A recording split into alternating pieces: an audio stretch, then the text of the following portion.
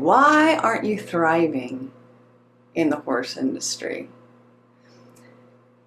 Why does it continue to be a struggle just to get through every day, to care for all the horses, to care for the clients, to care for your work, to get your training in, to get your conditioning in, to improve your performance?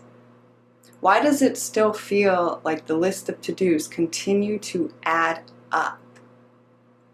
The reason is because you're caught up in the momentum just trying to survive, that you do not see that thriving in the horse industry is an option.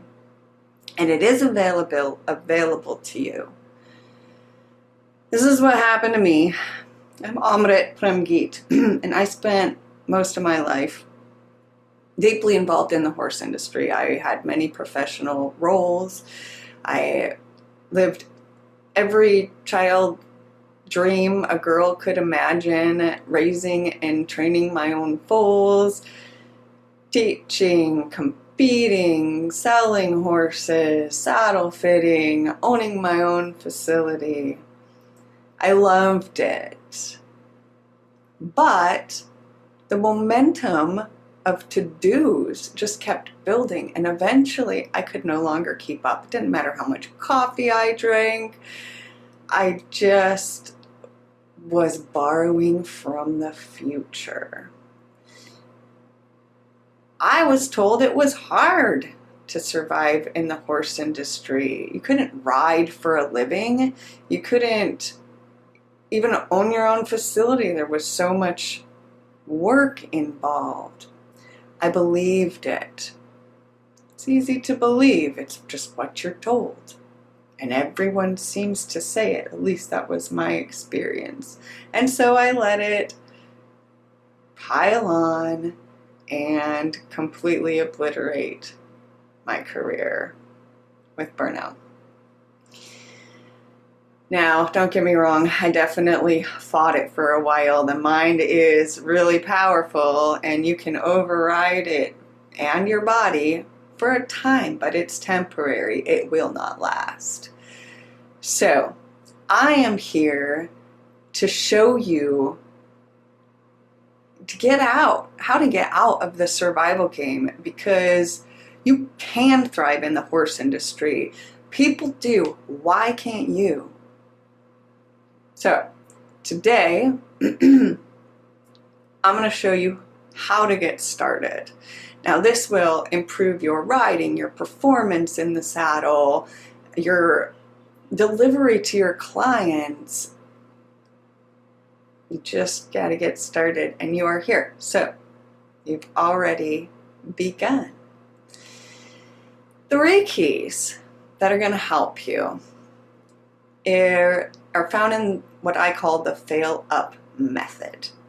Now, by now you're familiar with the gradual incline of success, right? It's paved with peaks and valleys. The problem is you continue to dread the valleys. Now what this does is not only causes you to land harder and hit the ground deeper, it actually slows your ascent going up the next incline, because you have to rebuild your momentum instead of using that momentum. So that's what the fail up method is about. If you've ever been on a roller coaster, you've felt the initial climb of the wheels churning, and it feels so heavy. It's almost afraid to look down because you think the whole coaster is going to go flying back at any time. But as soon as you go down that first descent,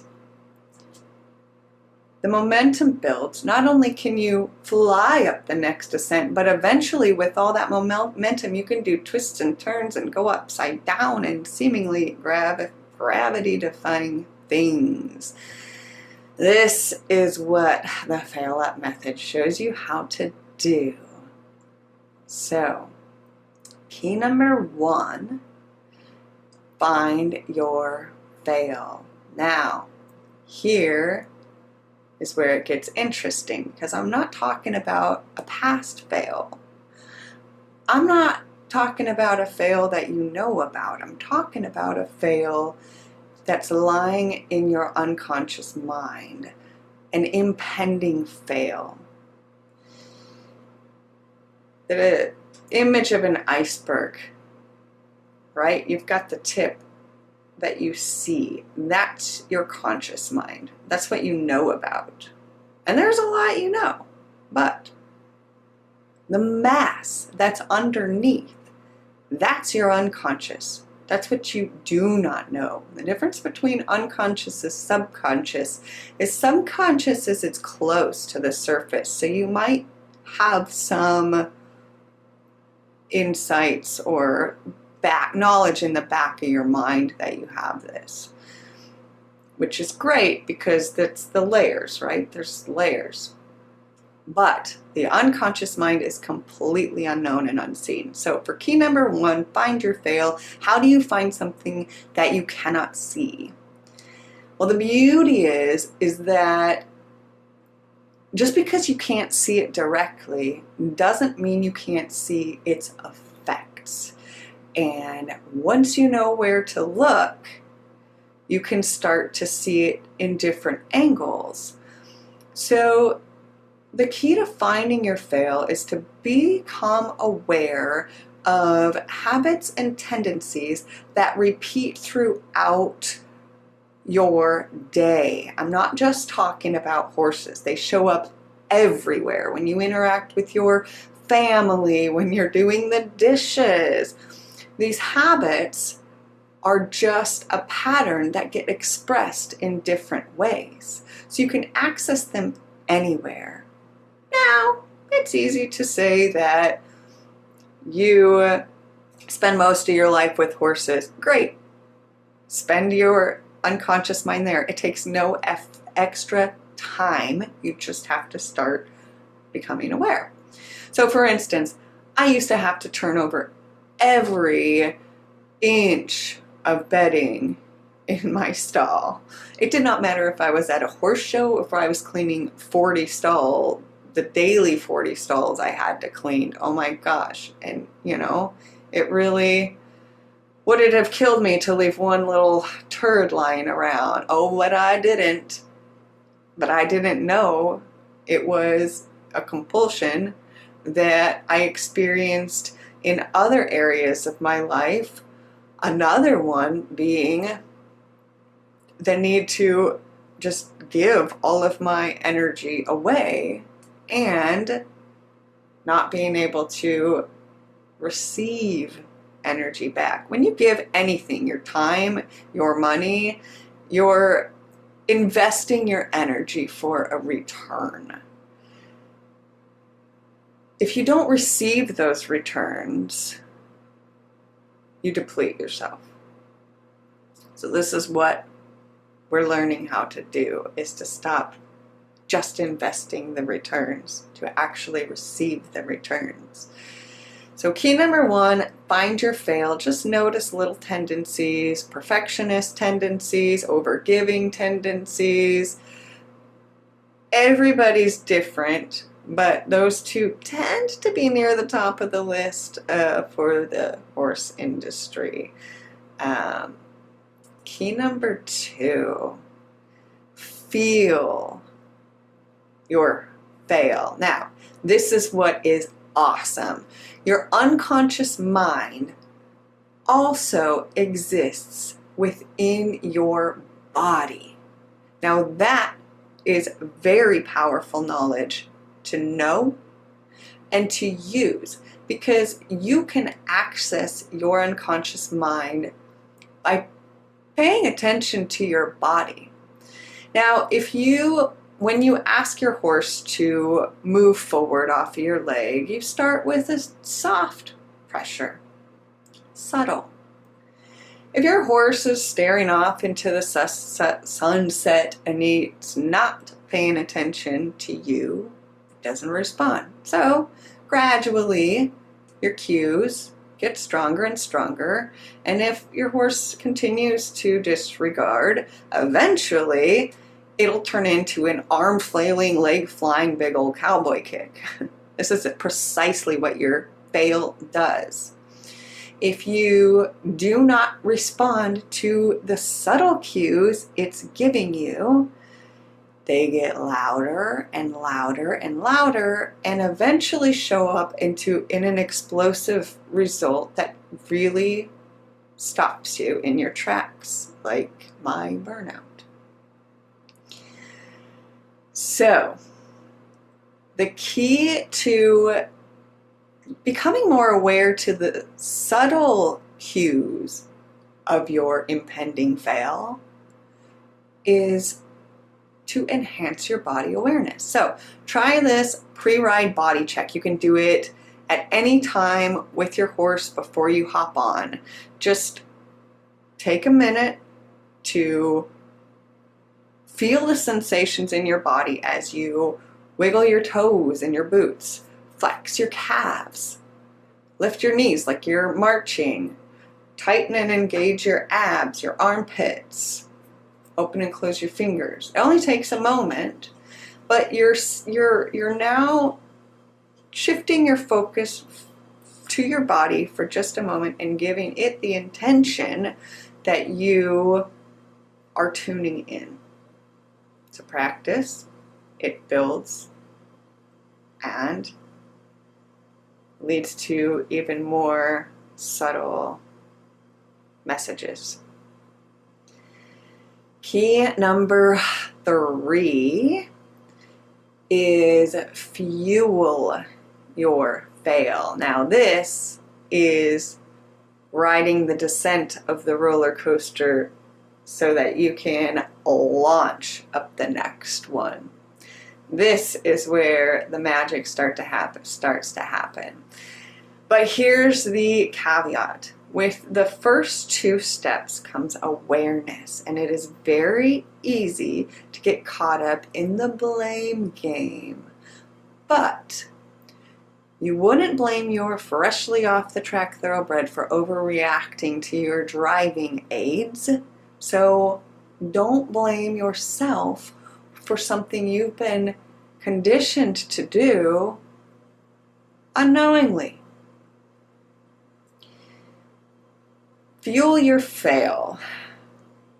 This is where you act. You start to make changes.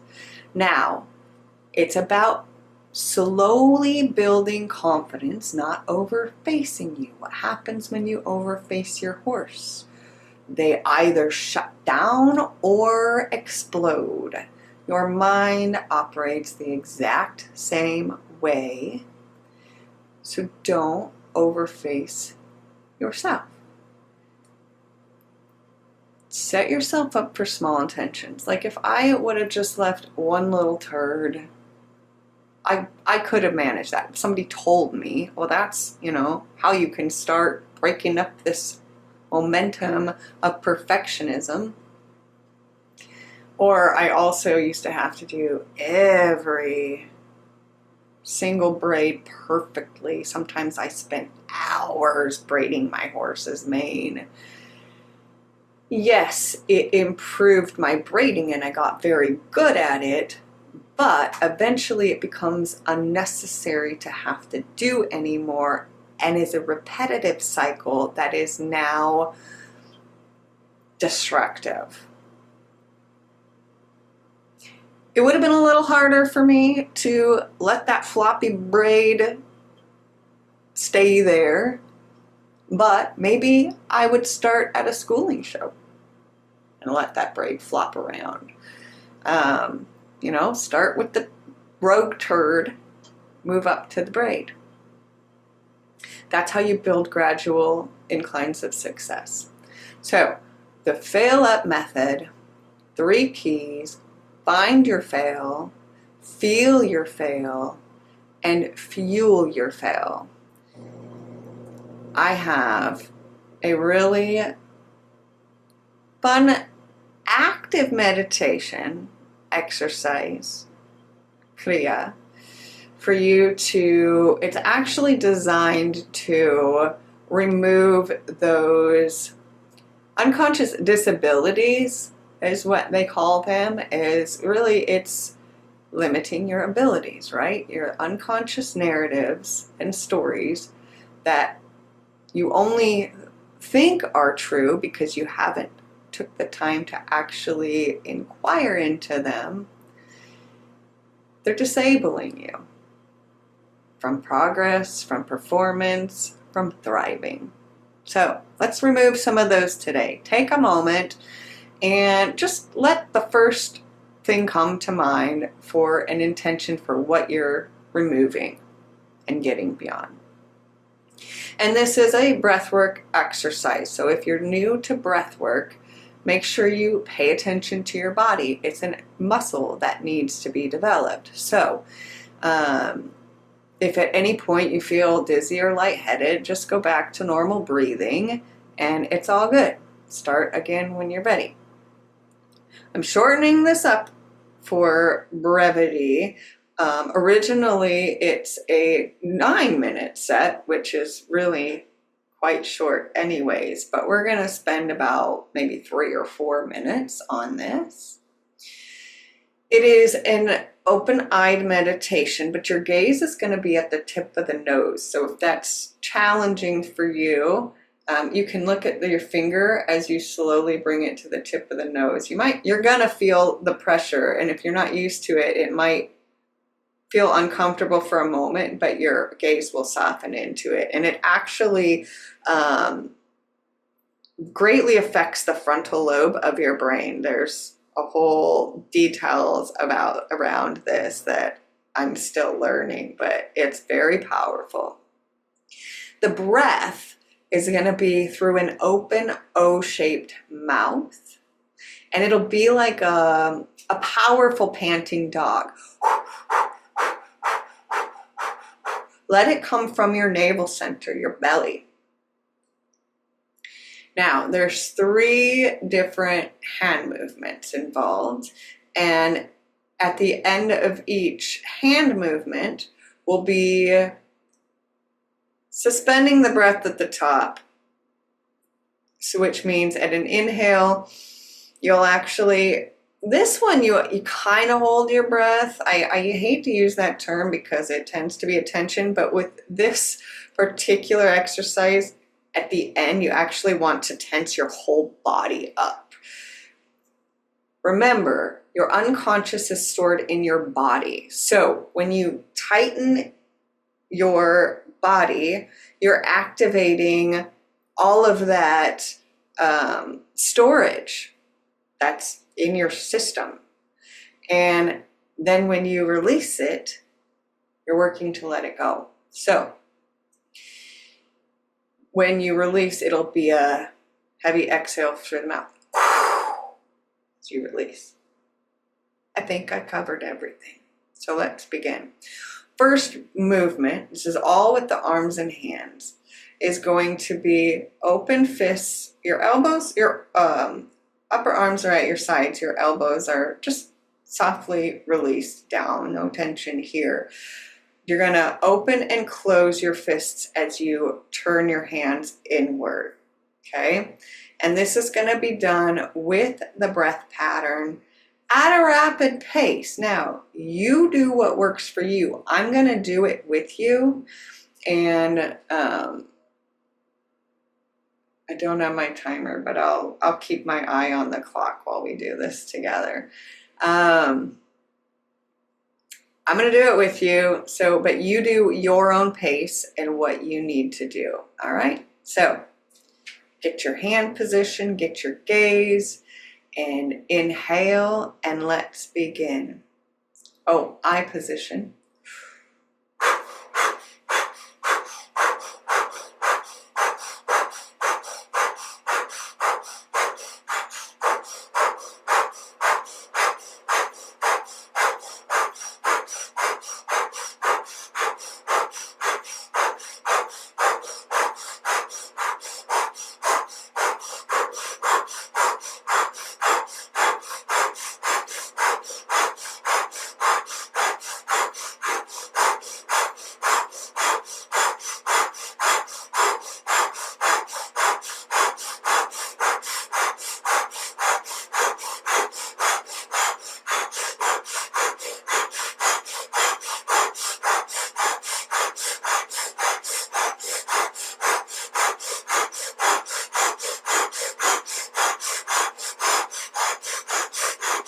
Now inhale, tighten and close your wrists. Hold your breath at the top and squeeze every muscle in your body.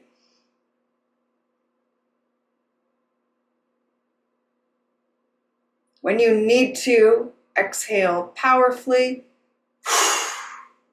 as you release. Give yourself a moment. And I'm going to talk about the next hand position. So same breath, same gaze throughout all three.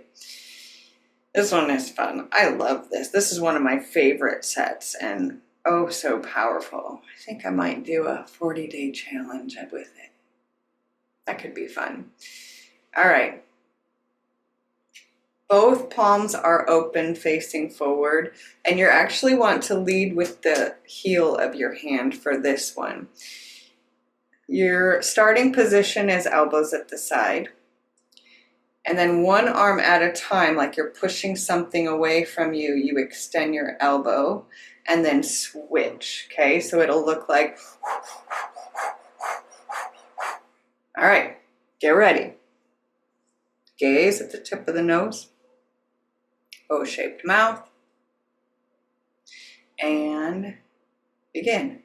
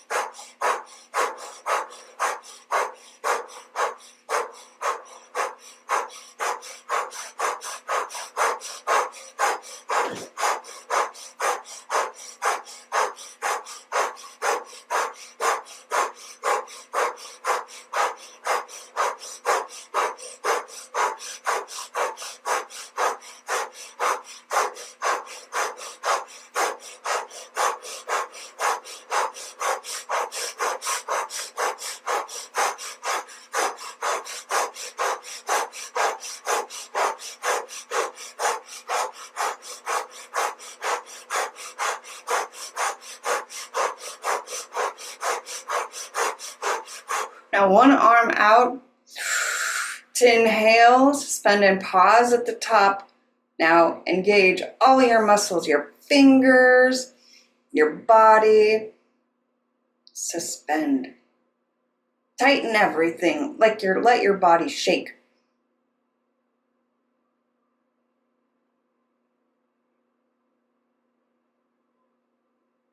And when you're ready, release it. Take a couple breaths. Notice how your body feels. Notice that energy moving around. Okay, last little one here. Again, elbows at your sides, arms softly down. Actually, your elbows are a little bit wider for this one. And you just do little backwards circles with your hands as quickly as possible. Okay? So for these movements, it is impossible, or it is helpful to have your core engaged, right? Think rider position. Lower your center of gravity. So elbows away from your sides. Take your position. Gaze at the nose. O-shaped mouth. Let us begin.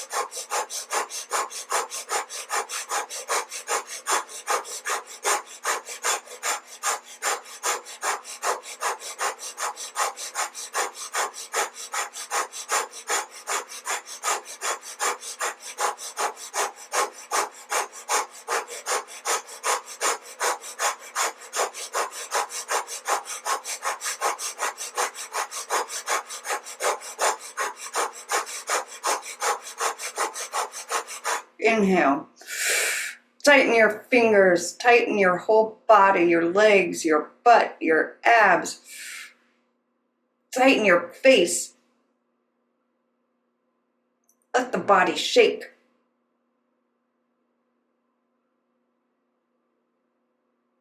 And release.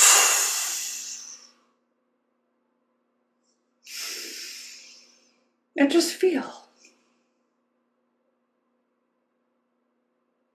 Your energy is circulating. And you will now find that your unconscious mind is starting to circulate. That's going to help you become more aware of and more accessible to your fail. The fail up method, step 1. Feel your fail, step 2. And it also gives you the confidence to fuel your fail. This is the power of Kundalini Yoga. May you have a thriving business within the horse community.